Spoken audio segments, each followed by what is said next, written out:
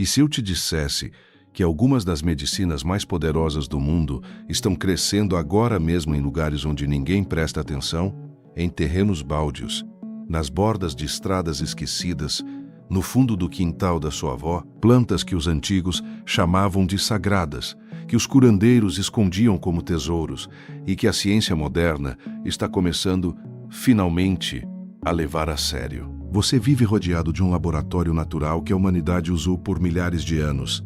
E por algum motivo, em algum momento da história, essas plantas foram empurradas para as sombras, esquecidas, ignoradas, substituídas por comprimidos, cápsulas e receitas médicas que muitas vezes tratam apenas o sintoma, nunca a raiz. Mas a raiz é exatamente onde essas plantas guardam os seus segredos. Hoje, vamos mergulhar fundo nesse mundo esquecido. Você vai conhecer 15 plantas medicinais que sobreviveram ao tempo, que cruzaram oceanos e civilizações e que carregam dentro de cada folha, de cada flor, de cada raiz, um poder que vai te surpreender. Prepare-se, porque o número 8 vai mudar completamente a forma como você enxerga um simples jardim. Neste vídeo, você vai descobrir 15 plantas medicinais que a medicina moderna quase deixou para trás. Para cada uma delas, vou contar a história, revelar o que a ciência diz, explicar os compostos que fazem a mágica acontecer e mostrar como você pode usá-las hoje, de forma simples e acessível. Não é misticismo, não é papo de curandeiro. É conhecimento ancestral com respaldo científico, reunido num só lugar, porque esse tipo de informação merece ser levado a sério. Fica até o final, porque a planta número 15 é provavelmente a mais surpreendente de todas. E eu garanto, você vai querer procurar por ela ainda hoje. Planta 1, calêndula, Calêndula officinalis. Imagine uma flor tão simples, tão comum, tão presente em vasos e canteiros de jardim, que as pessoas passam por ela todos os dias sem imaginar o que ela carrega. A calêndula, aquela florzinha laranja que a sua vizinha cultiva na janela, ela não é só bonita. Ela é uma das cicatrizantes mais poderosas que a natureza já criou. Os egípcios antigos já a usavam como rejuvenescedora da pele. Os romanos a chamavam de a flor de todos os meses, porque ela floresce praticamente o ano inteiro. Daí vem o nome calendula, derivado de calendas, o primeiro dia do mês romano. Monges medievais cultivavam calêndulas nos mosteiros e as usavam para tratar inflamações, feridas abertas e até infecções oculares. O que faz a calêndula tão especial é a sua composição impressionante. Ela contém flavonoides, triterpenoides, carotenoides e óleos essenciais que trabalham juntos como uma equipe de reparação enviada diretamente para o tecido danificado.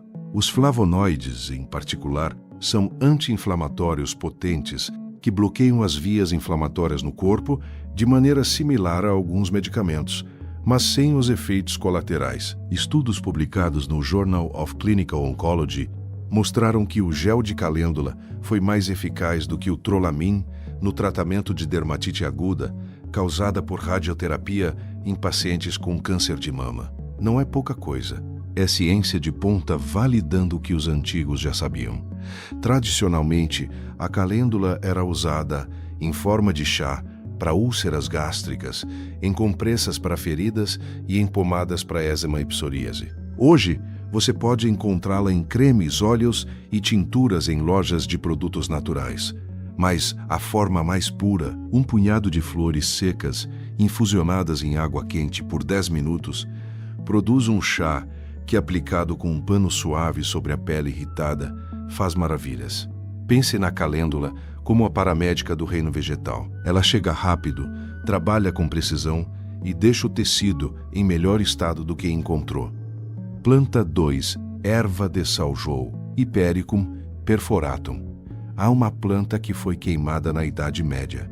Literalmente, a igreja a associou ao diabo, à bruxaria, às forças das trevas, porque quem a usava conseguia curar o que ninguém mais conseguia.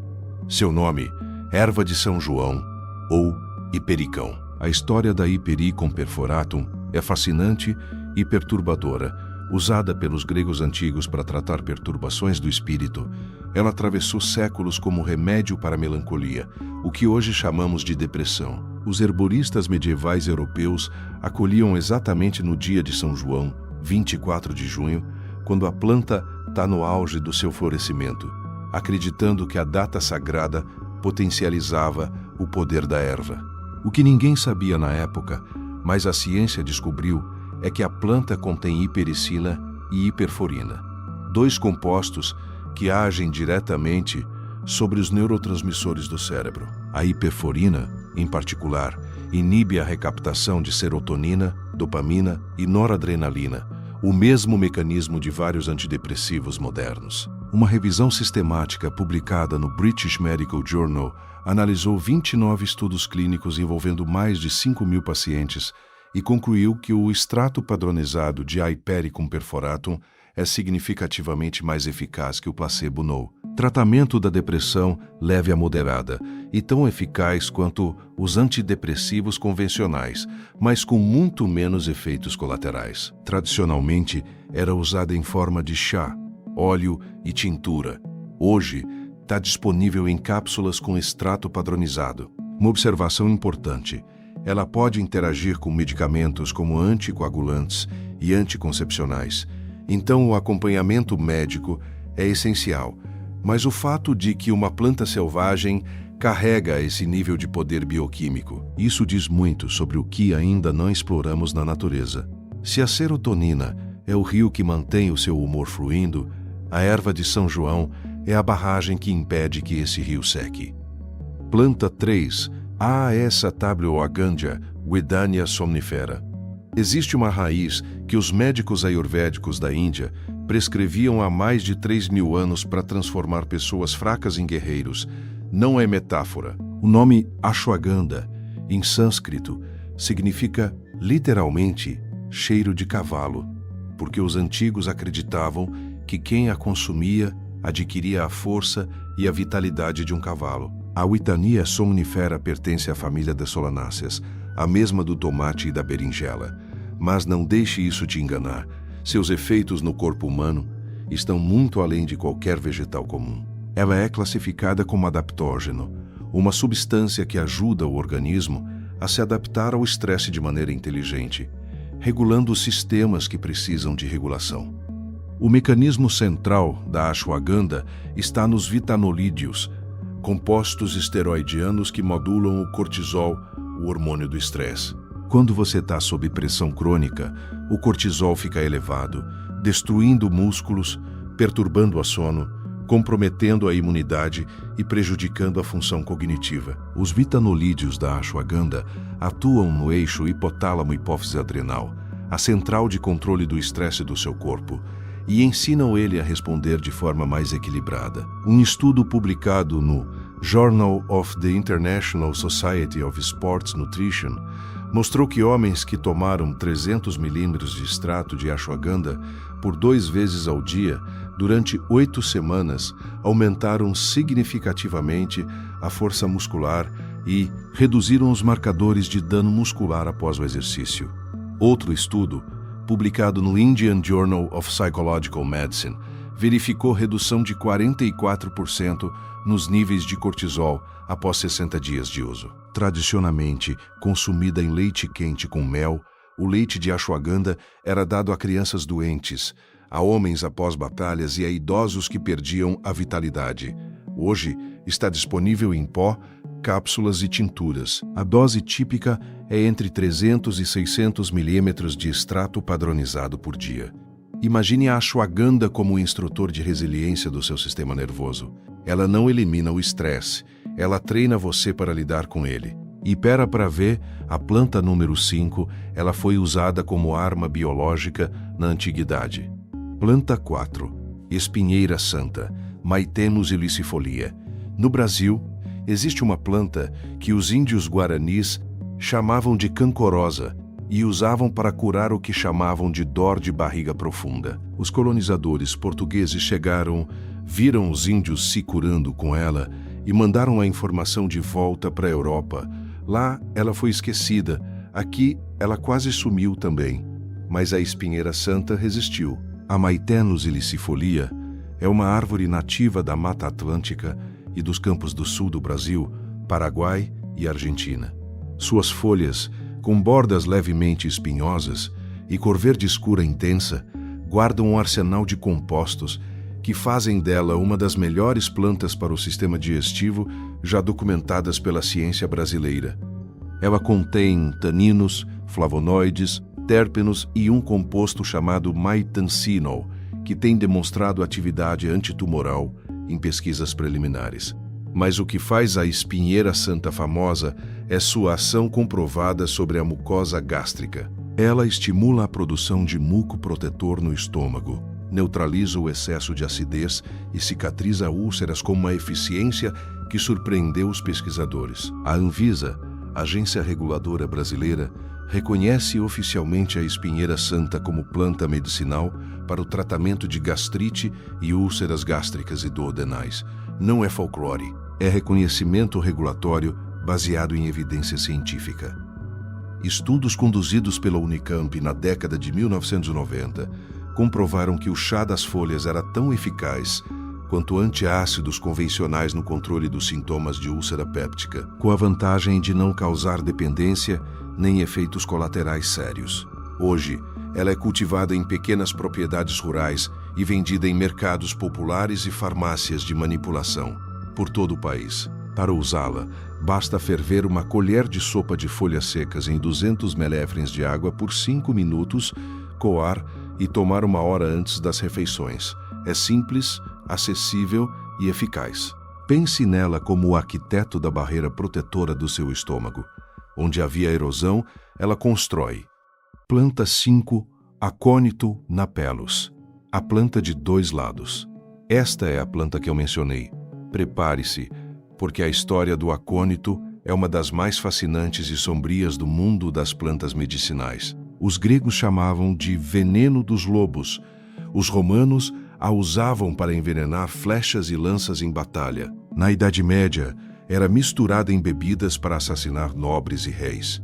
Messalina, a notória esposa do imperador Cláudio, supostamente a usava para se livrar de rivais. E no Japão feudal, os samurais embeberiam suas espadas em extrato de acônito para garantir que qualquer ferimento fosse fatal. Mas aqui está o paradoxo extraordinário da natureza.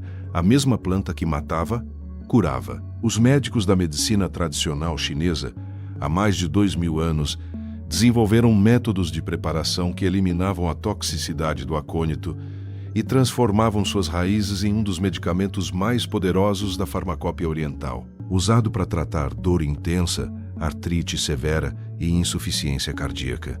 O composto ativo do acônito é a aconitina, um alcaloide que age diretamente nos canais de sódio das células nervosas e cardíacas. Em doses altas, provoca paralisia e parada cardíaca. Em doses infinitamente pequenas e cuidadosamente preparadas, é um analgésico potente usado na homeopatia e na medicina tradicional asiática. A medicina ocidental moderna não usa o acônito diretamente, sua janela terapêutica é perigosamente estreita, mas a indústria farmacêutica estuda seus derivados para o desenvolvimento de analgésicos de nova geração, especialmente para dores neuropáticas que resistem aos tratamentos convencionais. O acônito nos ensina algo fundamental sobre a natureza. Não existe veneno absoluto, não existe remédio absoluto. A dose, a forma de preparo, o conhecimento, esses são os fatores que decidem se uma planta cura ou mata. Ela é um bisturi, nas mãos certas, salva vidas. Nas mãos erradas, é catástrofe. Nunca use acônito sem orientação de um profissional altamente especializado. Planta 6, Salvia, Salvia officinalis. Existe um provérbio latino que diz: por que morreria um homem que tem sálvia em seu jardim? Os romanos achavam que era exagero poético. A ciência do século XXI está descobrindo que talvez não fosse. A Salvia officinalise ou sálvia comum tem uma história terapêutica que atravessa culturas radicalmente diferentes. Os egípcios a usavam como estimulante da fertilidade, os gregos como anti-inflamatório. Na Europa medieval, ela era chamada de erva sacra, a erva sagrada, e era usada para tratar praticamente tudo: febres, infecções, problemas digestivos, dores de garganta e até a temida peste negra, para a qual certamente não era suficiente, mas cujas propriedades antibacterianas reais poderiam ter tido algum efeito. Os compostos ativos da sálvia são numerosos e impressionantes: ácido rosmarínico, ácido carnóxico, carnosol, tujona, borneol e uma série de flavonoides. Juntos, eles criam um perfil farmacológico que justifica o uso histórico e abre portas para aplicações modernas surpreendentes. O que mais impressiona nos estudos recentes é a relação da sálvia com a cognição. Pesquisadores da Northumbria University, no Reino Unido, demonstraram que o consumo de extrato de sálvia melhorou significativamente a memória e o estado de alerta em adultos jovens saudáveis. Outro estudo, publicado no Journal of Clinical Pharmacy and Therapeutics, mostrou que o extrato de sálvia reduziu sintomas de agitação em pacientes com Alzheimer leve a moderado. O mecanismo: a sálvia inibe a colinesterase, a enzima que destrói a acetilcolina no cérebro. A acetilcolina é fundamental para a memória e aprendizado. Os medicamentos para Alzheimer mais prescritos do mundo, como o donepezil, funcionam exatamente pelo mesmo mecanismo. A sálvia faz isso de forma natural, com menos efeitos colaterais. Pode ser usada como chá, condimento culinário ou em gargarejo para inflamações de garganta. Uma xícara de chá de sálvia pela manhã pode ser um dos rituais mais inteligentes para a saúde cerebral que existem. Imagine a sálvia como o zelador da sua memória. Ela vai por aí preservando as conexões que a vida moderna tenta apagar. Planta 7, Echinacea Echinacea purpurea. Os nativos americanos da tribo Sioux tinham um remédio que usavam para tudo relacionado a infecções e venenos de cobra. Eles chamavam essa planta de medicina dos indígenas das pradarias. Os colonizadores europeus viram a sua eficácia, copiaram o uso e a equinácea se tornou um dos remédios vegetais mais vendidos do mundo. Depois, a medicina convencional virou as costas para ela. E agora, décadas depois, a ciência está voltando atrás. A Echinacea purpurea é uma planta nativa das pradarias norte-americanas, com flores roxas características que a tornaram popular também em jardins ornamentais. Mas por baixo dessa beleza, ela esconde um dos sistemas de defesa imunológica mais complexos já catalogados em uma planta. Seus compostos principais incluem alquilamidas, polissacarídeos, glicoproteínas e ácido caftárico, que trabalham em sinergia para estimular e modular o sistema imunológico. As alquilamidas, em particular, ligam-se diretamente aos receptores canabinoides CB2 do sistema imunológico, modulando a resposta inflamatória de uma forma que os cientistas ainda estão decifrando completamente. Uma meta-análise publicada na revista Lancet Infectious Diseases analisou 14 estudos clínicos e concluiu que o uso de equinácea reduziu a incidência de resfriados comuns em 58% e reduziu a duração dos resfriados em quase um dia e meio. Em tempos de gripes sazonais e pandemias, isso não é desprezível. O uso mais eficaz parece ser preventivo ou nos primeiros sinais de infecção. Chás, tinturas e cápsulas estão amplamente disponíveis. Uma ressalva importante: o uso contínuo por mais de 8 semanas não é recomendado, pois pode haver saturação do efeito imunoestimulante. A equinácea é como treinar o seu sistema imunológico antes da batalha acontecer. Ela não é o escudo, ela é o treinador que deixa o exército sempre em forma. A próxima planta foi usada pelos vikings para entrar em estado de fúria em batalha, mas o seu verdadeiro poder está em outro lugar completamente. Planta 8, Valeriana officinalis visitalis. Existe um relato histórico de que durante o cerco de uma cidade romana, os soldados que guardavam os portões começaram a adormecer inexplicavelmente. Conta a lenda que haviam recebido, sem saber, raízes de valeriana misturadas na comida. Provavelmente é exagero histórico, mas o poder sedativo da valeriana, esse é absolutamente real. A Valeriana officinalis cresce em regiões temperadas da Europa e Ásia, com flores brancas ou rosadas delicadas que nada revelam sobre o poder da raiz que a sustenta. Essa raiz, quando fresca, tem um cheiro que muitos descrevem como meias sujas. Não é um elogio, mas é precisamente esse cheiro intenso que denuncia a concentração de compostos ativos. A raiz de valeriana contém ácido valerênico, isovalérico, valerenol e valepotriatos. O ácido valerênico é o mais estudado. Ele inibe a quebra do GABA, o principal neurotransmissor inibitório do cérebro, responsável por reduzir a atividade neural excessiva. É o mesmo neurotransmissor que os benzodiazepínicos, medicamentos como diazepam e alprazolam, potencializam. Mas a valeriana faz isso de forma muito mais suave, sem causar dependência química ou rebote de ansiedade. Uma revisão sistemática publicada no American Journal of Medicine analisou 16 estudos e concluiu que a valeriana pode melhorar a qualidade do sono sem produzir efeitos colaterais significativos. Outros estudos mostraram redução de ansiedade comparável à do oxazepam, um ansiolítico convencional, em pacientes com transtorno de ansiedade generalizada. A forma tradicional de uso era um chá feito com a raiz seca, tomado de 30 a 60 minutos antes de dormir.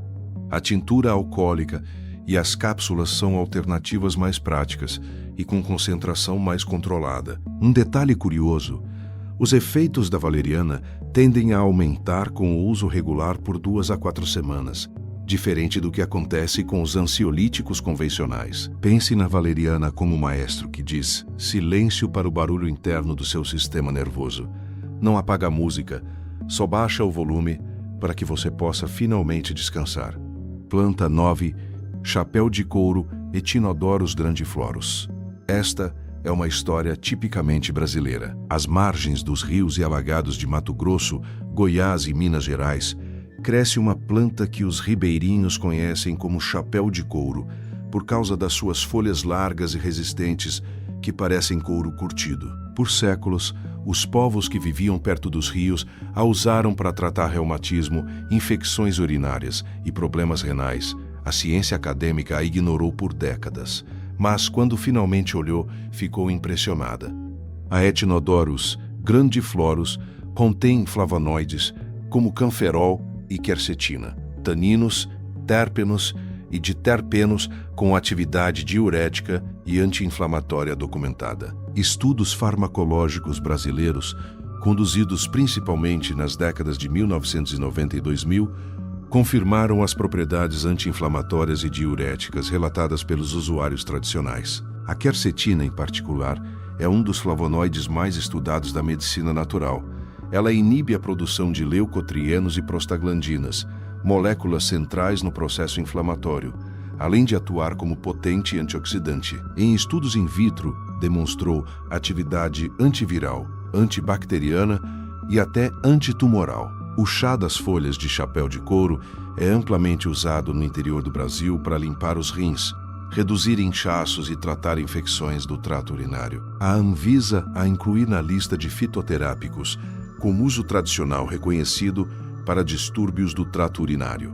Não pode ser tomada em grandes quantidades, por períodos prolongados, pois o efeito diurético intenso pode levar à perda excessiva de eletrólitos. Mas o legado mais importante do chapéu de couro é o que ele representa: o conhecimento ecológico dos povos das águas, que aprenderam a ler o ambiente e encontraram remédios onde a medicina urbana só via mato. Imagine o chapéu de couro como a filtragem natural dos sistemas internos do seu corpo, um zelador silencioso dos rios orgânicos que nos sustentam. Se você está gostando desse conteúdo, dar um like agora ajuda o algoritmo a levar esse conhecimento para mais pessoas que precisam dele. Inscreva-se no canal e ative o sininho, porque o que vem a se seguir é ainda mais surpreendente.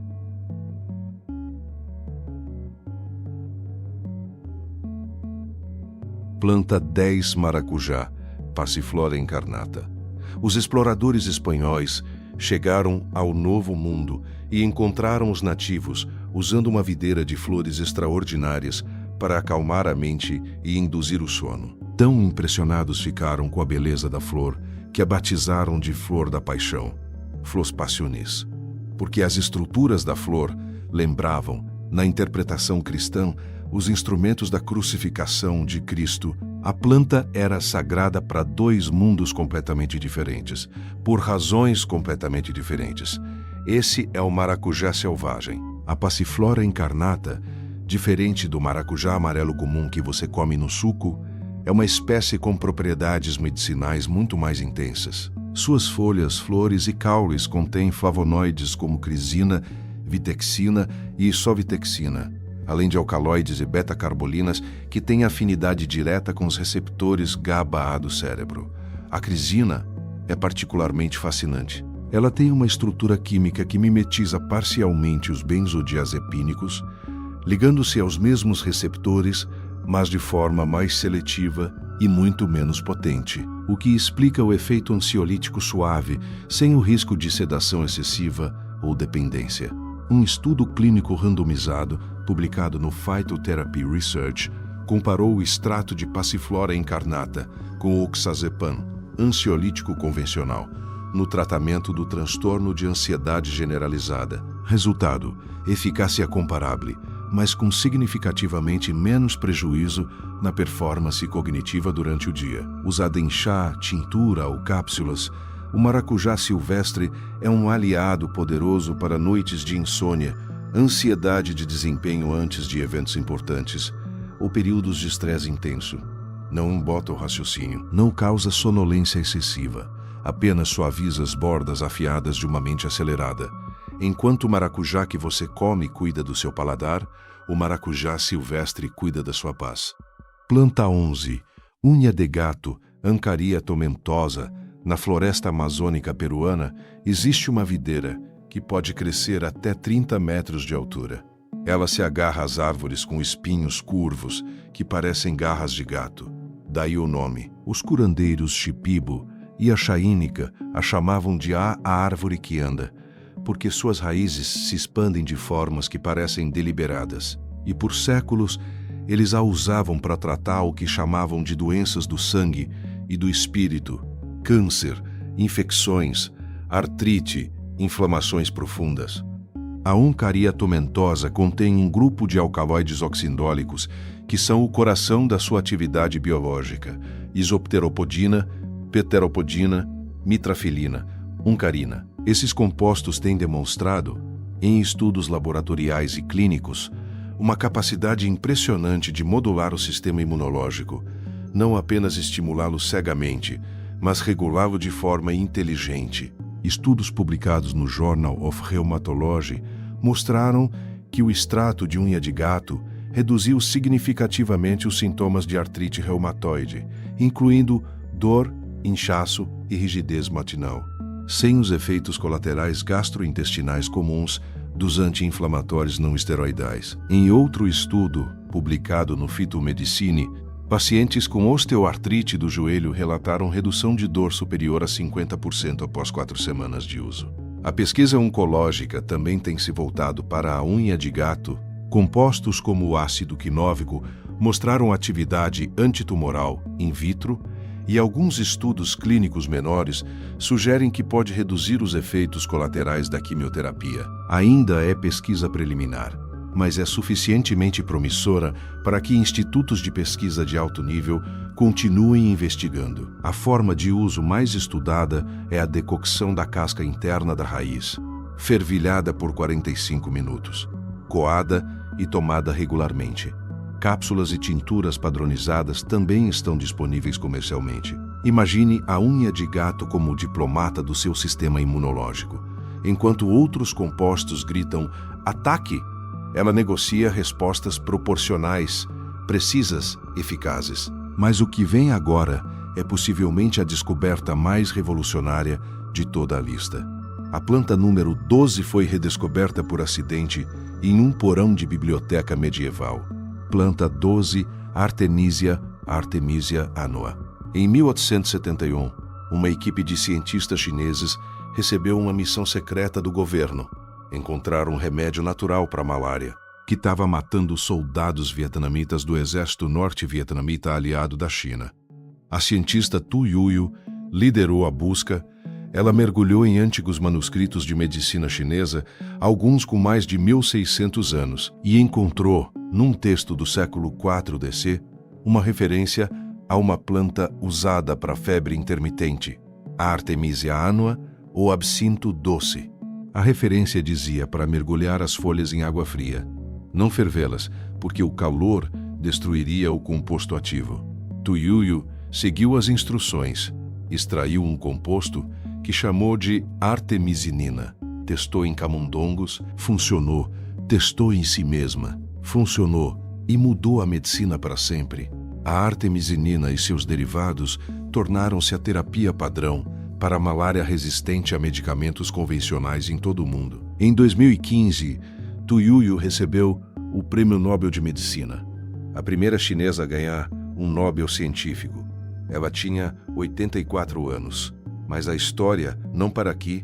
A artemisinina está sendo intensamente investigada contra o câncer. Quando entra em células cancerígenas ricas em ferro, o composto reage com esse ferro e produz radicais livres altamente tóxicos, especificamente dentro das células tumorais.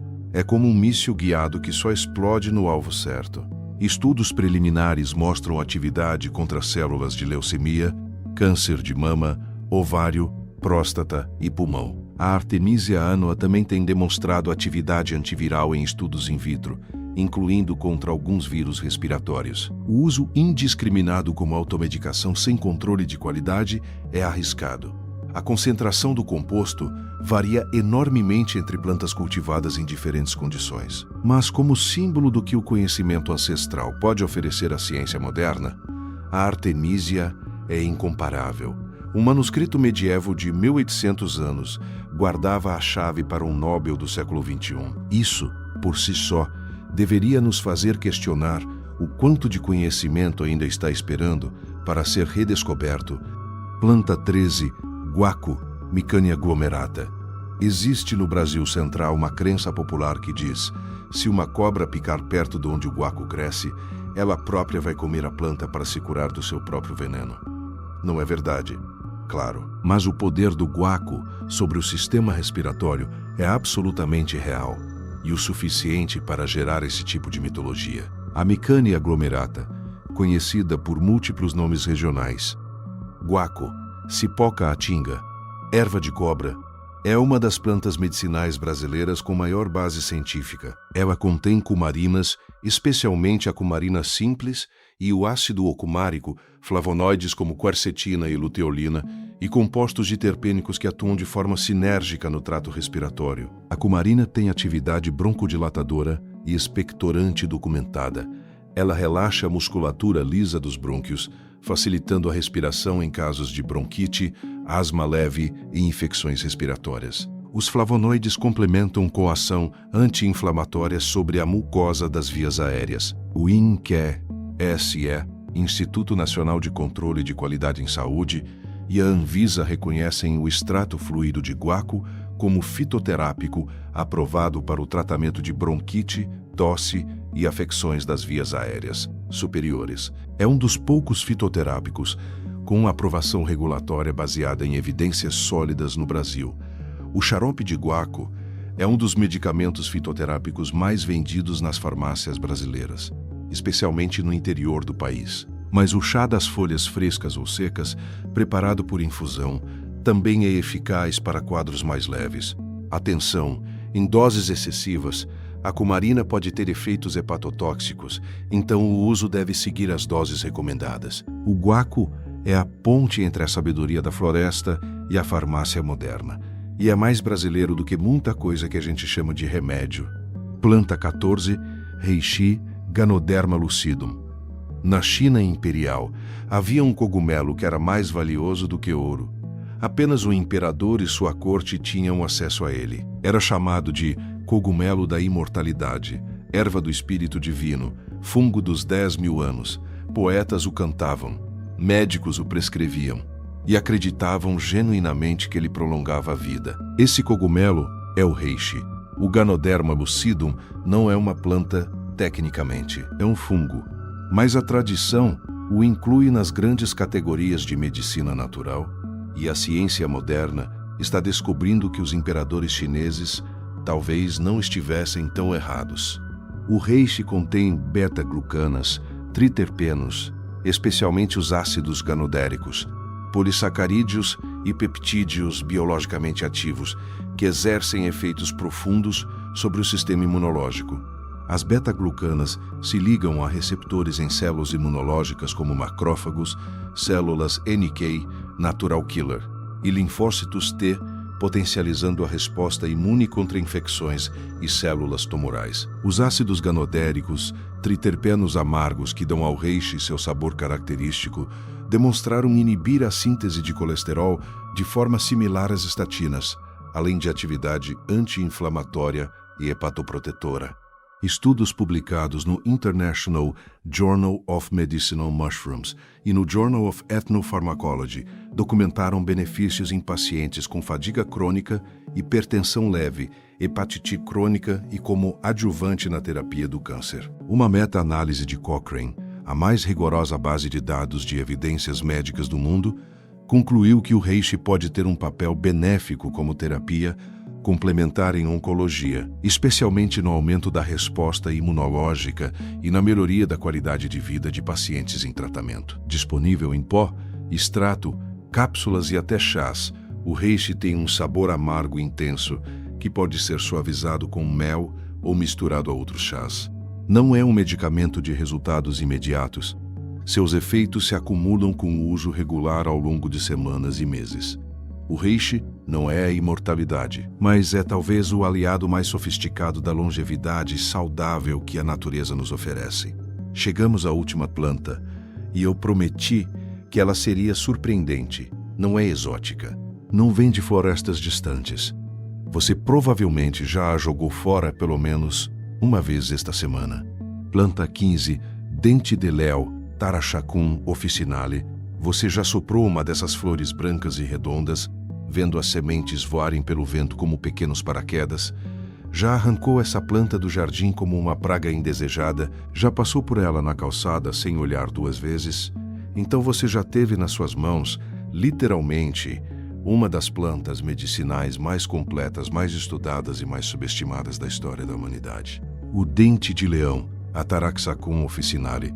Essa erva daninha que cresce em praticamente todos os continentes habitados do planeta, que resiste ao herbicida, que volta sempre que você arranca, que insiste em existir com uma teimosia que é quase filosófica, essa planta está carregada de medicina. A história do dente de leão na medicina se confunde com a própria história da medicina ocidental.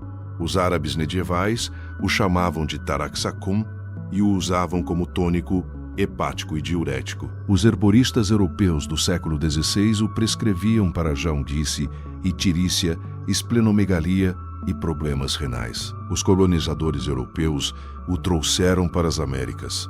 E ele se adaptou tão bem que hoje cresce em todos os 50 estados americanos e em todo o Brasil. Cada parte da planta é medicinal e diferente das outras. As folhas são um dos diuréticos naturais mais potentes conhecidos.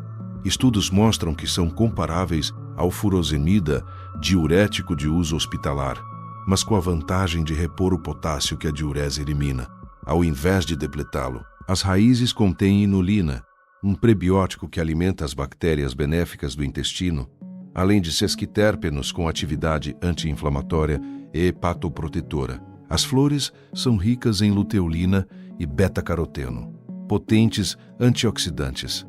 Pesquisas recentes publicadas no Evidence-Based Complementary and Alternative Medicine documentaram que o extrato de dente de leão induz apoptose, morte celular programada, em células de câncer de pâncreas, sem causar toxicidade às células saudáveis. O câncer de pâncreas é um dos mais letais e resistentes ao tratamento. Essa não é uma cura, mas é um sinal que merece investigação séria e continuada. Para o fígado, a raiz tem sido usada há séculos para estimular a produção de bile e apoiar a detoxificação hepática. Para a digestão, a inulina da raiz torrada, usada como substituto do café, alimenta a microbiota intestinal com fibra prebiótica. Para a pressão arterial, O efeito diurético das folhas reduz o volume sanguíneo sem deplegar eletrólitos. Para a pele, aplicações tópicas do látex branco que exsuda do caule foram usadas por gerações para remover verrugas. E o melhor de tudo, você pode colher dente de leão em qualquer parque, campo ou jardim, não tratado com pesticidas. As folhas jovens vão bem em saladas, a raiz pode ser torrada e usada como chá. As flores podem ser transformadas em mel vegetal. É uma farmácia de campo aberto, gratuita, democrática e disponível a qualquer pessoa que saiba olhar. O dente de leão é o símbolo perfeito deste vídeo inteiro. Ele foi chamado de praga, perseguido por jardineiros, ignorado por décadas pela medicina. E resistiu a tudo isso, porque a natureza não precisa da nossa aprovação para ser poderosa. Ela apenas continua sendo o que é, esperando que finalmente tenhamos a sabedoria de prestar atenção. Você acabou de conhecer 15 plantas que provam algo fundamental. O conhecimento nunca se perde completamente. Ele se esconde, sobrevive em manuscritos empoeirados, em receitas de avó, no saber dos curandeiros de florestas remotas, na memória dos povos que nunca esqueceram que a natureza é a farmácia original da humanidade. A ciência moderna está começando, finalmente, a fazer as perguntas certas, a olhar para a tradição não com condescendência, mas com curiosidade. E o que está encontrando é impressionante. Séculos de observação empírica, refinada por gerações de uso, está sendo validada por ensaios clínicos e estudos farmacológicos de ponta. Isso não significa que você deve abandonar a medicina convencional. Significa que você deve expandi-la, e remédio e planta não precisam ser inimigos.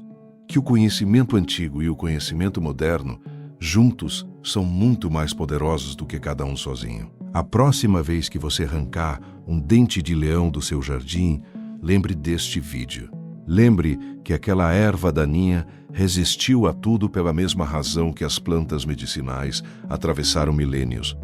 Porque a natureza, quando cria algo funcional, não o abandona facilmente. Se este vídeo te abriu os olhos para um mundo que estava sempre ali, ao seu redor esperando ser visto, então o objetivo foi cumprido.